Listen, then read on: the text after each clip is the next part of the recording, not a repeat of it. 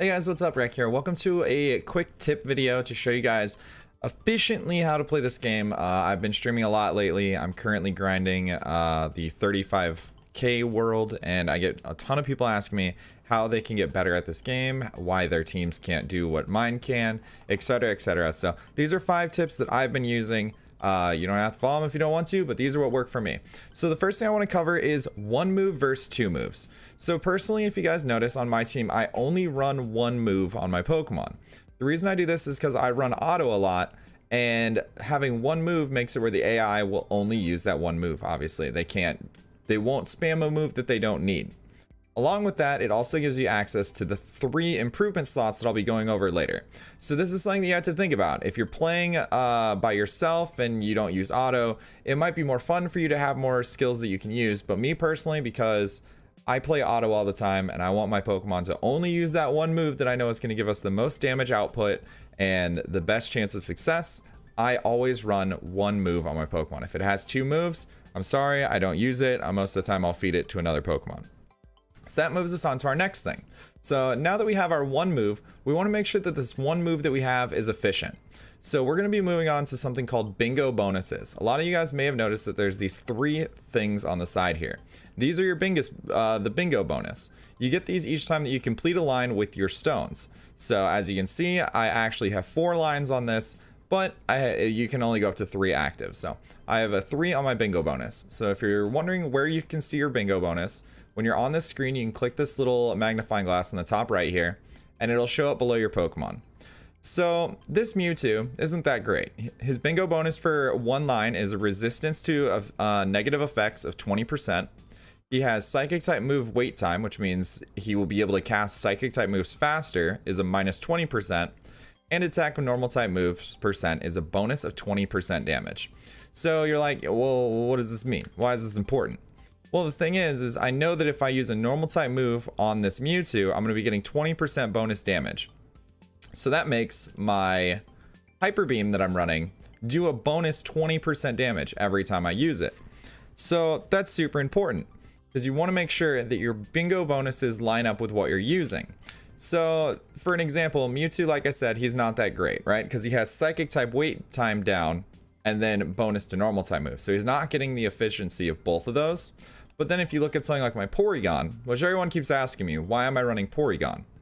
Well, if you look at his bingo bonus, he has attack of normal type moves of 5%, attack of normal type moves 20%, resistance to status conditions 20%.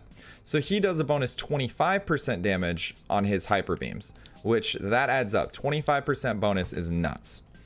So that kind of brings us into the whole quality of the move. You want to make sure that your move lines up with what your bingo bonus is. There's no point in me having Psychic on Mewtwo if my bingo bonus gives me normal type damage. I would be getting no bonus from running that. So just make sure that you're smart. Make sure that you're using moves that are good. Moves like Earthquake. Earthquake is a great move, but if you're running it with like the Whack Whack stones, you're highly unlikely to get all 4 uses of it. Right? So Earthquake might not be good for your Nidoking. You should be running something like Megahorn that's going to be hitting more often. So that moves us on to the next thing. Effective secondary stones and support Pokemon. This is the biggest mistake that I see people do, and this is the biggest thing that is holding other people back. So when you play the game, you unlock secondary stones. So you guys know your main ones, your power, your defense. But if you go down here, you get into the yellow, the purple, the orange, the blue, and the green, and the pink. So the main ones that you want to know are the Whack Whack stones. These allow you to use a move multiple times before it goes on cooldown. It does increase the wait time though. So it's a trade-off, right? I'm running it on Hyper Beam. Hyper Beam already has a long cooldown. But then I'm running 3 Whack Whack stones on it, which means my Porygon will cast 4 Hyper Beams before it goes on cooldown.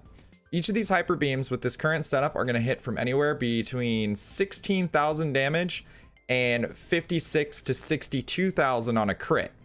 That's a lot of damage in the words of some Flex Seal commercial. So that's really good. This is what's going to allow my Pokemon to do more damage than pretty much anything else. Your other options are you could run wait time down, but I would highly recommend you test out Whack Whack stones because in the general way that this game plays, you're going to be doing a ton of damage with this compared to just the reduced cooldown. So definitely make sure you take advantage of those. And then the main thing, the biggest mistake that I see people do is they don't run a support Pokemon. And what I mean by a support Pokemon is you have a Pokemon that's only move is something that's going to benefit the rest of your team. So I run a Cloyster. Cloyster on my team only knows Barrier, which increases the defense of the rest of my team. All right, lowers the amount of damage that it takes for a while. That's pretty good, right? Then you give it 3 of the Sharing Stones. Sharing Stones will give the effect of whatever this Pokemon receives, 25% of it will go to the rest of your party members. So because I have 3 Sharing Stones, that means the rest of my team, every time Barrier is cast, will get a 75% Barrier as well. So this pretty much increases the defense of every single member of my team by 75%, which is actually insane. It's so good. And the reason I'm using Cloyster is because remember earlier we talked about the bonuses, right? The bonus, the bingo bonus. Look at this, bingo bonus. Taking critical hits rates, 25% reduction. Movement speed, 20%. And taking critical hit rates, 50% reduction. So this has a crit hit rate. A chance of taking a crit hit is minus 75%. This Cloyster almost never gets crit, so I don't have to worry about it dying, which is amazing. It's like the best thing that you can have for a tank. So the last thing I want to cover is probably going to be the most difficult thing for people to understand and for me to explain, and that is the benefit of stones in general. So you guys know each of these stones, if you get a gold tier, they have 3 different things on them. If you have silver, it'll have 2 bonuses, bronze will have 1, and grays will have nothing. So each of these will come with a different stat. So this will give 988 HP. It'll give HP upon recovery of 19 and natural healing % as well. So there's certain things that are more important than others. And the 3 that I want to cover in this video are the 3 that I believe are most important. Obviously, everybody has their different ones that they think are going to be great. So we're going to go through this stone right here. This stone is about as good as it can roll, but it did roll a little low on some of them. So it rolled a 911 in attack, which is really good.